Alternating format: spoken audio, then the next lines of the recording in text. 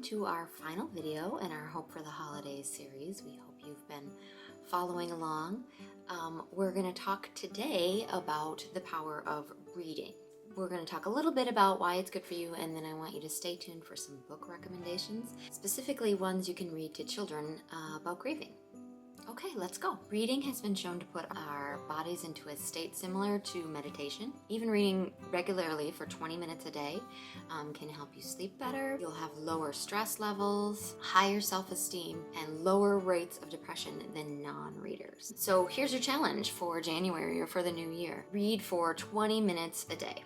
Just regularly read, and that's like with a book. We have a few suggestions for what you can read. Some of our board members have graciously given us suggestions of some of their favorite books, and we will have links below to all of those books. From Reagan S., she really likes Untamed by Glennon Doyle. I have to say, I love this book too. It's one of my favorites of this last year.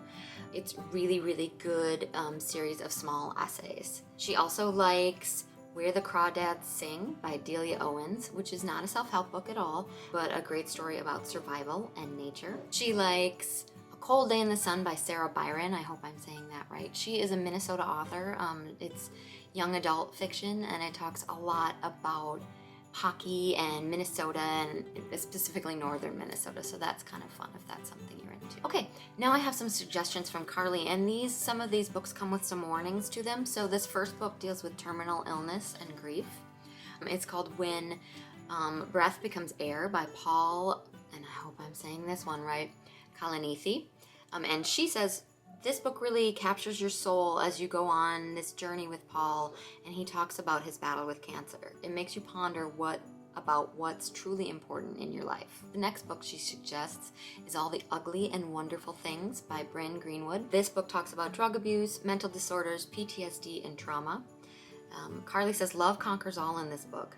It's a perfect book to escape into, but you'll be thinking about it for days after. A read in one sitting type of book. And then finally, she recommends On Earth, We're Briefly Gorgeous by Ocean Vuong. This is LGBTQA+, grief, physical and emotional abuse, drug abuse, PTSD, mental disorders, and immigrant displacement. She says, this book is written like poetry. It captures you completely. It shines light into the darkness that every one of us is carrying, and how we all can heal in our own ways. And then lastly, Reagan Q has these suggestions for children, specifically grieving children. And I happen to have her two suggestions at my house, so I'll hold them up for you. The first is The Invisible String by Patrice Karst. I'll show you right there. That's what that looks like. This is a great book, and it talks about the connectedness of people. I also just found out that there's one for pets as well.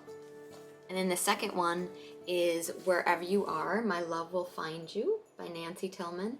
This is another great book. I'm just going to warn you, read these books before you read them to a child, because at least for me, they're kind of tearjerkers, but the more you read them and the more your child asks for them, the more you'll come to love them. And then my own suggestion for books to read to children is this one that I've loved for years and years and years. It's called The Next Place by Warren Hansen, and it's just beautifully illustrated. It's one of my absolute favorite books to read to children, both grieving children and non-grieving children. Thank you for taking the time to watch this video. I hope you challenge yourself to read for 20 minutes a day for the next month and sort of make it a habit. I hope it helps you out. If you are interested in any of the other videos in the series, you can go click down below and see those. I know that this is the last video in this series, but I want you to stay connected to us.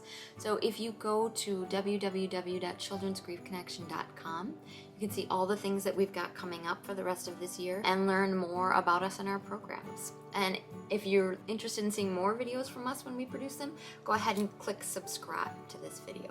Thanks for watching.